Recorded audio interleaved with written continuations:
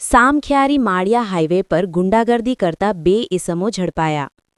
Social media પર viral થયેલા એક વિડિયો વાયરલ થયો હતો, જેમાં સામખિયારી માળિયા હાઈવે પર વાહનો રોકી લાકડાના ધોકા અને છરી સાથે રોફ જમાવતા 2 ઇસમો દેખાતા હતા।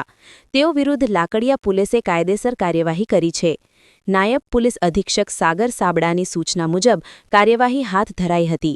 લાકડિયા પોલીસે વાયરલ વિડિયોના આધારે થાર ગાડી સાથે 2 આરોપી 28 વર્ષીય સિકંદર ઉર્ફે સિકલો ઇસ્માઇલ ત્રાયા અને 27 વર્ષીય ઇમરાન ઉર્ફે ઇમલો કાસમ ત્રાયા રહે બંને જસાપર વાંડ શિકારપુર ભચાઉવાળાને પકડી પાડ્યા છે।